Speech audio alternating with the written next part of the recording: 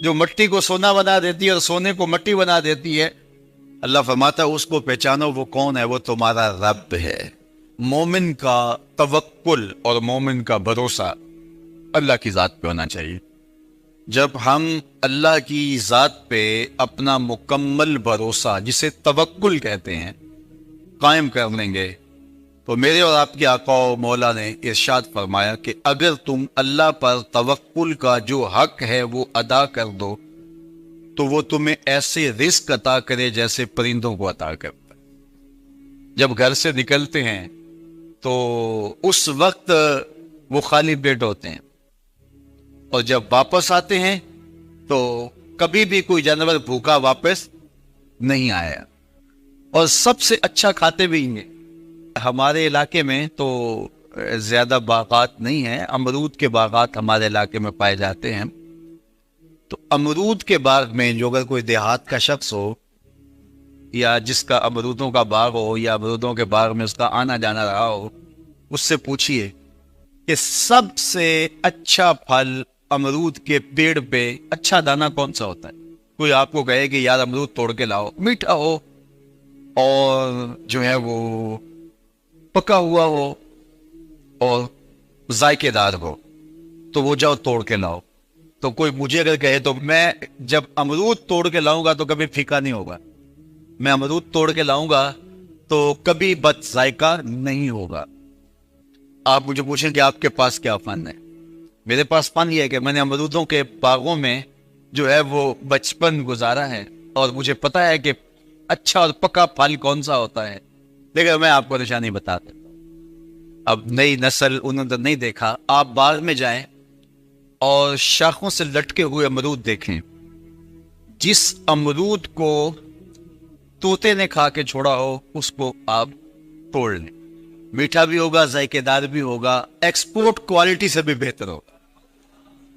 سب سے اچھا پورے پودے سے جو سب سے اچھا ہوگا وہ اس کو چونچ مارتا ہے اور پھر سارا کھاتا بھی نہیں ہے، تھوڑا سا لیا، نخرے والا آگے بڑھ گیا۔ اللہ اکبر! تو جو ایکسپورٹ کوالٹی ہوتی ہے اس سے بھی بہتر وہ کھاتا ہے۔ تو یہ اللہ پر توکل کرنے والے ہیں۔ ہمیں تو پتا ہوتا ہے ہم نے دکان پہ جانا ہے، ہمیں پتا ہوتا ہے ہم نے فیکٹری کام پہ جانا ہے، ہم نے پتا ہوتا ہے ہم وہ دہاڑی فلاں جگہ کرنے جانا ہے۔ انہوں نے کہیں ان کا کوئی ایسا ٹھیا نہیں ہوتا کہ وہاں جانا ہے۔ بن توکل پنچھی اڑ دے، بن توکل پنچھی اڑ دے، خرچ نہ پلے زیرا ہوں، خرچ نہ پلے، کوئی راس المال بھی نہیں ہوتا کہ یہ لگائیں گے پھر اس پہ اتنے پیسے آئیں گے، اصل ہمارے ہوں گے، اتنا نفع، ویسا نہیں ہے۔ گھر سے نکلتے ہیں تو خالی پیٹ ہوتے ہیں، اور جب واپس آتے ہیں تو پیٹ بھرے ہوئے ہوتے ہیں۔ میرے اور آپ کے آقا و مولا نے کہا، مجھے پورا یقین ہے اس پہ، اور آپ کو بھی پورا یقین ہونا چاہیے، انشاءاللہ ہوگا، کہ میرے حضور نے فرمایا کہ اللہ پر جو توکل ہے وہ حق ادا کرو، پھر وہ تمہیں ایسے رزق دے گا جیسے پرندوں کو دیتا ہے، تمہیں پرندوں کو دیتا ہے۔ ایکسپورٹ کوالٹی، من کان للہ کان اللہ لہ، فرمایا تم اس کے ہو جاؤ وہ تمہارا ہو جائے گا۔ اللہ نے تمہیں پیسے دیے ہیں، نئی گاڑی تم نے خریدی ہے، چھوٹے بچے کا جوتا کیوں باندھ دیا آگے؟ تم جوتا باندھنے سے اگر یہ ایکسیڈنٹ سے، حادثے سے گاڑی بچ سکتی ہوتی ہے تو پھر پاکستان کے جتنے پی آئی اے کے جہاز ہیں سب پر باندھ دینا چاہیے، سب پہ جوتے لٹکے ہوئے۔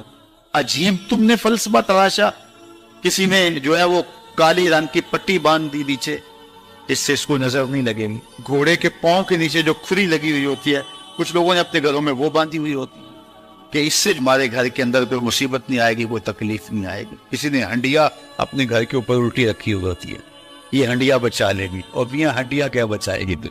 اللہ کے قہر سے کچھ نہیں بچا سکتا۔ جب تمہارے اوپر کوئی مصیبت نازل ہونی ہے تو کچھ نہیں بچا سکتا۔ اگر بچنا چاہتے ہو تو پھر اللہ سے استغفار کرو، اللہ تعالیٰ کی تسبیح کرو، اللہ کی تحلیل کرو، میرے حضور پہ درود پڑھو، پھر دیکھنا کہ مصیبتیں ٹلتی ہیں یا نہیں ٹلتی۔ تو یہ خام خواہ کے رکیے، اور یہ عامل لوگ جو ہیں ان کا تو کام ہی یہی ہے، ان کا کام چلتا ہے لوگ ضعف الاعتقادی میں مبتلا رہیں، اور یہ کہہ دیتے ہیں کہ آپ کے خاندان میں ایک منحوس عورت ہے، یہ اس کا کیا ہوا ہے، تو کوئی نہ کوئی منحوس تو پہلے ہی انہوں نے طے کر رکھی ہوتی ہے، فوراً ذہن وہاں جا کلک ہو جاتا ہے۔ اس کا نون سے نام شروع ہوتا ہے، اس کا کاف سے نام شروع ہوتا ہے، اس کا جیم سے نام شروع ہوتا ہے، تو پورے خاندان میں کسی کا نام کاف، نون یا جیم سے تو شروع ہوتا ہی ہوگا، یا دوستوں میں تو فیض ذہن جو ہے ادھر منتقل ہو گیا۔ اب یہ بابا جی نے بتا دیا ہے، ہاں اس نے یہ بات کی تھی، کچھ باتیں یاد آنے لگی، اس کاف سے شروع ہونے والے نام کے ساتھ نفرت پیدا ہو گئی۔ اس باپے نے نفرت کا کاروبار کیا، اس نے تو 100 روپے 200 روپے لے لیے، لیکن دو انسانوں کے اندر نفرت ڈال دی۔ اس کا گریبان کل قیامت کے دن پکڑا جائے۔ ان ملنگوں کے پاس، ان ضعف الاعتقادی کو پھیلانے والوں کے پاس کبھی نہ جاؤ۔ تمہیں مصیبت پڑی ہے، تمہیں لگ رہا ہے کہ شاید میرے اوپر جادو ہے، تو پڑھو نا سورہ بقرہ۔ جادو جڑ سے اوپر جائے گا۔ 40 دن اپنے گھر میں سورہ بقرہ پڑھو، برکت ہوگی۔ کہتے ہیں مولوی صاحب 40 دن تو نہیں پڑھی جا سکتی، 2.5 پارے، ہمیں کوئی تعویذ ہی کرتے ہیں۔ ہم شارٹ کٹ چاہتے ہیں نا، روزانہ صبح 2.5 پارے سورہ بقرہ پڑھے، یہ تو ہم سے نہیں پڑھی جائے گی، تو آپ کوئی تعویذ ہی لکھ۔ کاروبار میں برکت نہیں، میں کہتا ہوں پڑھو نا سورہ واقعہ، 3 رکوع ہیں، برکت ہو گیا۔ ہم کہتے ہیں ہمیں تعویذ ملنا چاہیے، بس وہ ہم گلے میں رکھ دیں، بٹوے میں رکھ لیں، پرس میں رکھ لیں، اور ہمارا کام ہو جائے، ہمیں کچھ بھی نہ پڑھنا پڑے، ہمیں وضو تک نہ کرنا پڑے، نماز نہ پڑھنی پڑے، اور برکت ہو جائے۔ ایسے برکت تو نہیں آتی۔ اس لیے چھوڑو ان کی جان، آؤ قرآن مجید پہ آؤ، آؤ سجدوں پہ آؤ، آؤ دعاؤں پہ آؤ۔ سحری کے وقت اس کی رحمتیں آواز دے رہی ہوتی ہیں، حال میں مسترزقن، ہے کوئی رزق مانگنے والا؟ تم اس وقت سوئے ہوئے سارے دن ٹوکری کھاتے ہو، آؤ نا اس وقت جھولی پھیلا کے، ہاتھ پھیلا کے کہو مالک تو جھولیاں بھر دے۔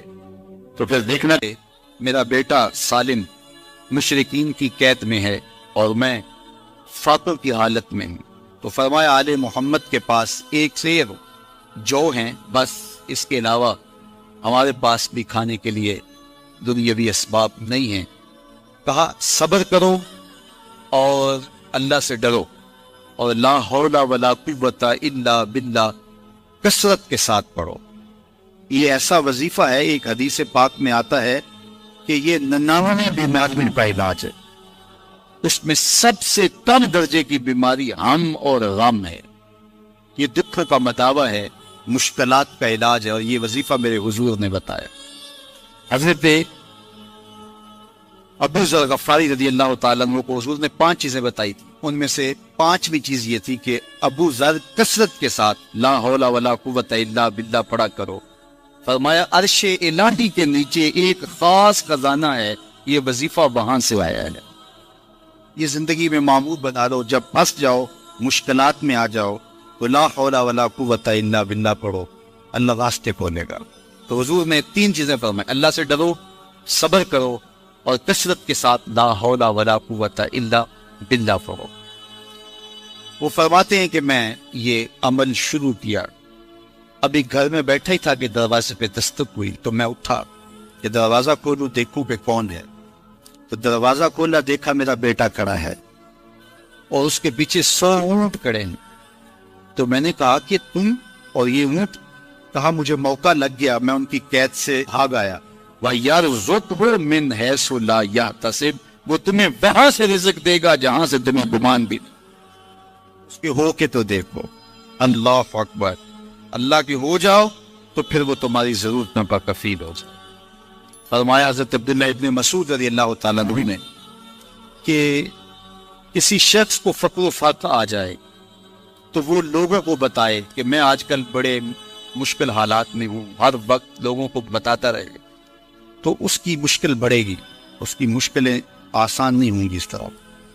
اور اگر وہ اپنی اس مشکل کو کسی سے شیئر نہ کرے بلکہ مسلح بچھا کے اپنے رب سے کہے کہ مالک فقر و فاقہ آ گیا ہے اور اس کا علاج تیرے پاس ہے، اس مرض کا مداوع تیرے پاس ہے۔ حضرت عبداللہ ابن مسعود فرماتے ہیں کہ رسول کریم نے فرمایا جلد یا بدیر اللہ اس کو مانا مان فرما دے۔ یہ بھی کبھی کر کے دیکھو، مشکل آ جائے، فاقہ آ جائے۔ اور قرآن مجید کا دل سورہ یاسین ہے، جس نے 1 مرتبہ سورہ یاسین کی تلاوت کی، اللہ 10 مرتبہ قرآن پڑھنے کا ثواب عطا کرے۔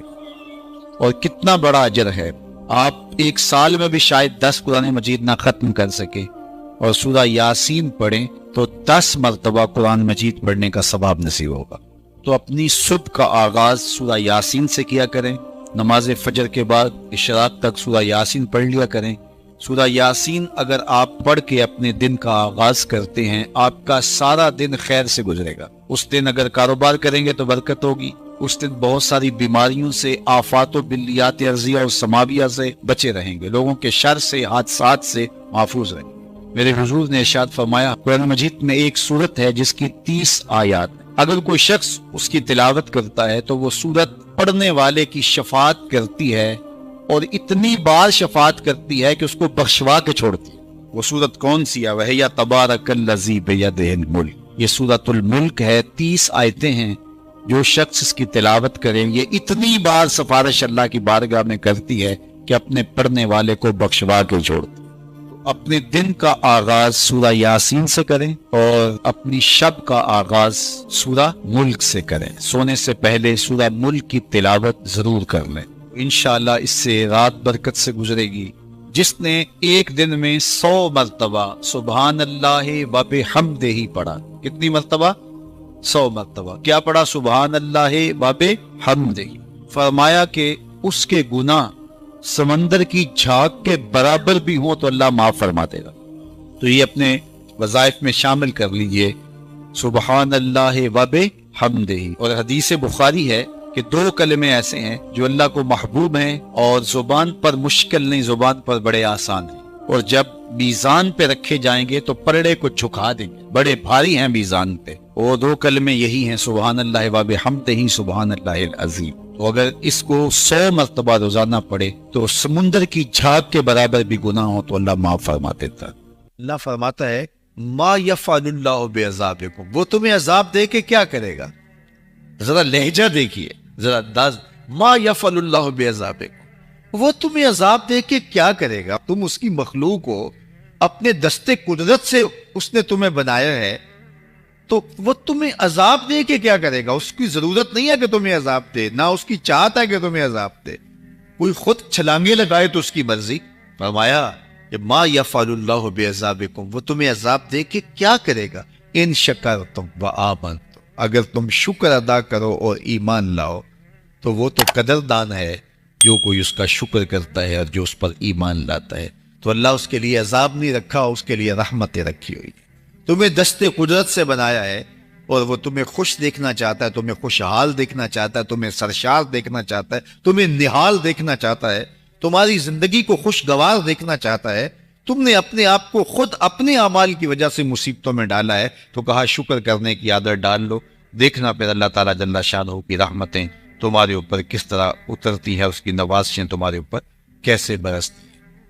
توکل اگر ہم سیکھ جائیں تو توکل ایک ایسی دولت ہے کہ جو خوشحال زندگی کی ضمانت بنتی. جب ہم اللہ پر توکل نہیں کرتے اور ہم سمجھتے ہیں یہ سب کچھ ہماری محنت کا نتیجہ ہی ہوگا، اور نتیجہ جب نہیں آتا تو پھر ہم بے چین مضطرب ہو جاتے. اور جب ہم اس پہ توکل کر لیں تو پھر ہمارا صرف اتنا ہی کام ہے کہ میاں ہم یہ کام کر رہے ہیں، بس یہ حکم، ہم بیج بو رہے ہیں، بس یہ حکم ہے اور بو رہے ہیں. باقی اس پہ بھروسہ ہے، یہ کام اس کا ہے کہ اس نے اس کو اگانا ہے، اس کے اوپر پھل لگانے ہیں. تو جب اس پہ توکل ہو جائے تو بندہ سوکھا رہتا ہے، ورنہ بندہ مشکل میں مبتلا ہو جاتا ہے. بسا اوقات ایسا ہوتا ہے کہ بندہ ایک منصوبہ تیار کرتا ہے، اس کا عملی نتیجہ اس کو سامنے نظر آ رہا ہوتا ہے، لیکن نتیجہ بالکل الٹ جاتا ہے. سید علی المرتضیٰ فرماتے ہیں میں نے اپنے ارادوں کی شکست سے ہی اپنے رب کو پہچانا ہے. کہ میں ایک منصوبہ تراشتا ہوں کہ یہ اور یوں ہوگا اور وہ ہونا چاہیے، لیکن نتیجہ وہ نہیں آتا، تو کوئی طاقت ہے اس کا جو نتیجہ بدل دیتی ہے. تو بندہ اس طاقت پہ یقین کرتے، اس پہ توکل کر کے جو ہے وہ اس پہ بھروسہ کر لے تو زندگی سوکھی ہو جاتی. مغرب میں جو اللہ پر یقین نہیں رکھتے وہ خودکشی کر لیتے ہیں کہ یہ کیوں ہو گیا، ایسا نہیں ہونا چاہیے تھا. لیکن ہم خودکشی اس لیے نہیں کرتے، ہم کہتے ہیں میرا رب جس طرح چاہے اس طرح ہی ہوتا ہے، جو اس نے طے کیا ہوا ہے وہ کر کے رہتا ہے. اس لیے تم اس پہ توکل کر لو اور اس پہ بھروسہ کرو. حضور علیہ الصلوۃ والسلام نے فرمایا لو انکم توکلون علی اللہ حق توکلہ. اللہ پر توکل کرنے کا جو حق ہے اگر تم وہ ادا کرتے تو فرمایا اللہ تمہیں ایسے رزق عطا کرے جیسے پرندوں کو عطا کرے. ہمارا تو کاروبار ہے، یہ فیکٹری ہے، یہ دکان ہے، یہ ہماری نوکری ہے، ہم نے یہاں سے کمائی کرنی ہے. پرندوں کا کوئی کاروبار نہیں ہوتا، کوئی نوکری نہیں ہوتی، کوئی ٹھیا، کوئی اڈا نہیں ہوتا جہاں جا کے انہوں نے رزق کے لیے کوئی آغاز کرنا ہوتا ہے، بلکہ حضور نے فرمایا تغدو خماسا وتروح بطانا، جب وہ صبح گھر سے نکلتے ہیں تو خالی پیٹ نکلتے ہیں، اور انہیں کوئی اپنی منزل کا تعین نہیں ہوتا، جدھر خیال آیا اڑ گئے ادھر، لیکن کبھی ایسا نہیں ہوا کہ شام کو خالی پیٹ واپس آئے، کہا وہ پیٹ بھر کے آتے ہیں۔ باہو بولے بند توکل پنچھی اڑ دے، خرچ نہ پلے زیرا ہو، جب گھر سے اڑتے ہیں تو ان کے پلے نہ کوئی خرچ ہوتا ہے، نہ راس المال ہوتا ہے، نہ کوئی اوزار ہوتے ہیں، نہ کوئی ہتھیار ہوتے ہیں، کچھ بھی نہیں ہوتا، یوں ہی گھر سے نکلتے ہیں، کبھی بھی خالی پیٹ نہیں آئے۔ فرمایا اگر اللہ پہ پرندے توکل کر لیں تو اللہ اسے بھی عطا کرتا ہے، تم توکل کرو گے تو تمہیں عطا نہیں کرے گا۔ اور یہ بات پکی ہے کہ آپ جب راہ خدا میں دیتے ہیں تو آپ کے رزق میں مال میں کبھی کمی نہیں آتی۔ اللہ کے محبوب نے 3 چیزیں قسم کر کے کہی، حضور نے کچھ چیزیں ارشاد فرمائی تو ان میں سے 3 چیزوں کے بارے میں فرمایا کہ یہ تو میں اللہ کی قسم کر کے تمہیں کہتا ہوں، اور ان میں سے ایک شے یہ کہ ما نقص مال عبد من صدقہ، فرمایا میں اللہ کی قسم اٹھا کے کہتا ہوں کہ صدقے سے مال کم نہیں ہوتا۔ تمہارا کیلکولیٹر حساب یہی بتاتا ہے کہ جو ہے وہ کم ہو گئے، 100 میں سے 10 دے دیے تو باقی 90 رہ گئے۔ آپ کا اکاؤنٹنٹ بھی آپ کو یہ بتاتا ہے کہ اتنے لاکھ میں سے اتنے ہزار دے دی، باقی اتنے رہ گئے، لیکن میرے حضور نے کہا میں اللہ کی قسم اٹھاتا ہوں کہ صدقے سے مال کم نہیں ہوتا۔ دوسری بات فرمائی کہ جو شخص مانگنا شروع کر دیتا ہے، سوال کا دروازہ کھول دیتا ہے، اس کی کمی پوری نہیں ہوتی، یہ بھی میں اللہ کی قسم اٹھاتا ہوں۔ اور تیسری بات میرے حضور نے قسم فرما کے یہ کہی کہ جو شخص کسی کو معاف کر دیتا ہے، کسی نے کوئی زیادتی کی وہ معاف کر دیتا ہے، تو حضور فرماتے ہیں میں اللہ کی قسم اٹھا کے کہتا ہوں اس کی عزت میں فرق نہیں آئے گا۔ تو یہ 3 چیزیں حضور نے قسم کر کے فرمائی۔ تو اس لیے ہم اپنے ہمسایوں کو دیکھیں، ان کی ضروریات کا خیال رکھیں۔ تو حضور کی سیرت کا یہ عنوان جو حضرت خدیجہ الکبریٰ سے بہتر کون جانتا تھا، اپنا سارا مال انہوں نے حضور کو پیش کر دیا جب نکاح ہوا حضور سے کہ حضور آپ یہ میرا نہیں یہ آپ کا ہے، اور وہ سارا مال حضور نے لوگوں میں بانٹ دیا، ضرورت مندوں کی کفالت کرتے رہے۔ تو کہا وَتَحْمِلُ الْكَلَّةَ، آپ لاچاروں کا بوجھ اٹھاتے ہیں، وَتَكْسِبُ الْمَعْدُومَ، اور جن کا کوئی نہیں ہے آپ ان کے کفیل بن جاتے ہیں اور آپ کمائی کر کے ان کے گھر کی ضروریات کو پورا کرتے ہیں۔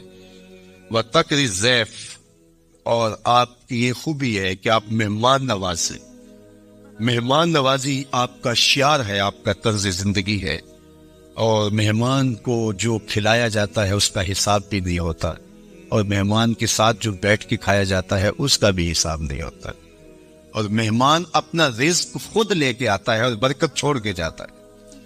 تو مہمان کو کبھی بھی بوجھ نہیں سمجھنا چاہیے۔ تو کہا کہ اور تیسری اور آخری بات وَتَعِينُ عَلَى نَوَائِبِ الْحَقِّ، جو لوگ مشکلات میں پھنسے ہوتے ہیں، مصیبت میں پھنس جاتے ہیں، مسائل میں گر جاتے ہیں، آپ ان کی مدد کرتے ہیں۔ ابھی حضور اعلان نبوت نہیں کیا، ابھی پہلی وحی نازل ہوئی ہے، تو حضور کی ماضی کی سیرت کو حضرت خدیجہ الکبریٰ لوگوں کے سامنے رکھیں۔ آپ اس سے بھی پیچھے چلے جائیے، جب شب ابی طالب میں حضور کو حضور کے خاندان سمیت محصور کر دیا گیا، قریش مکہ نے حضور کو روکنے کے لیے بڑی کوششیں کی، لیکن حق کا یہ مسافر کبھی بھی رکنے والا نہیں تھا، بلکہ حضور کے چچا کو بلا کے کہا کہ اپنے بھتیجے سے پوچھو کہ تمہارا مسئلہ کیا ہے۔ دولت مال چاہیے تو ہم سارے لوگ مل کے اتنی دولت ان کو دے دیتے ہیں کہ کوئی کمی نہیں رہے گی، اور اگر کسی خاتون سے نکاح کرنے کی آرزو دل کے کسی گوشے میں ہو تو وہ بھی بتائیے، کسی سردار کی بیٹی سے نکاح کرنا چاہیں تو ہم اس کے لیے بھی حاضر ہیں، لیکن یہ بتوں کی مخالفت چھوڑ دی جائے۔ تو جب بہت ساری باتیں کی سب نے مل کے کی، اور جو ہے وہ دباؤ بھی ڈالا کہ اگر نہیں یہ کرتے تو پھر حالات کی تلخیاں اور جو کچھ ہے وہ آپ کے سر پہ ہوں گے۔ تو حضور کے چچا جناب ابو طالب حضور کے پاس آئے، تو ان کی طبیعت پر کچھ بوجھ تھا، تو انہوں نے کہا کہ بھتیجے میں اکیلا اتنے قبائل کے ساتھ لڑائی کا بوجھ نہیں اٹھا سکا، میری کمر کمزور ہے۔ تو حضور علیہ الصلوۃ والسلام کی خدمت میں انہوں نے کہا کہ وہ تو اس طرح کی باتیں کر رہے ہیں۔ تو آقا کریم نے جو جواب دیا وہ سنیے۔ آپ نے فرمایا یا امی، لو وضع الشمس فی یمینی والقمر علی یساری، اگر وہ سورج میرے دائیں ہاتھ میں رکھ دے اور چاند کو لا کے میرے بائیں ہاتھ میں رکھ دے اور دنیا بھر کے خزانے میرے قدموں میں ڈھیر کر دے، میں کبھی بھی حق کو باطل اور باطل کو حق نہیں کہہ سکتا۔ یہ وہ چیز ہے جہاں پر ہمیں کھڑا ہونا چاہیے۔ یہ رشوت کیا ہوتی ہے؟ ہم اداروں میں افسر بن کے بیٹھتے ہیں اور ہم کسی ذمہ دار منصب پہ بیٹھتے ہیں، تو ہمیں چند ٹگوں سے کوئی خرید لیتا ہے، ہمارا ضمیر پھر کہاں ہوتا ہے؟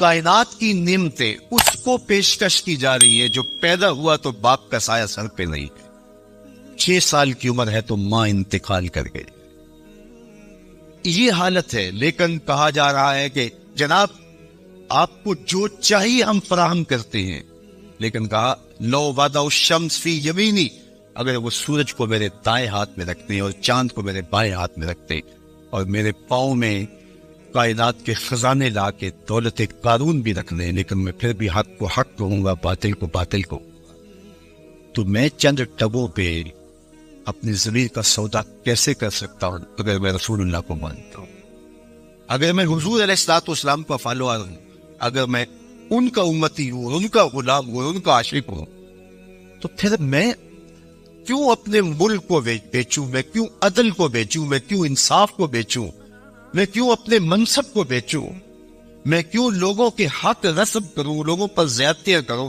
میں دیوار رکھتے ہوئے ہمسائے کے 2 انچ دبانے کے لیے اپنی ضمیر کا سودا کر لوں، میز کے اوپر سے رشوت پکڑوں یا نیچے سے پکڑوں، فرق نہیں پڑتا اس سے، میں اپنی ضمیر کا سودا کیا ہے اور برسرے بازار کیا ہے اور بہت سستا بیچا ہے میں نے اپنے آپ۔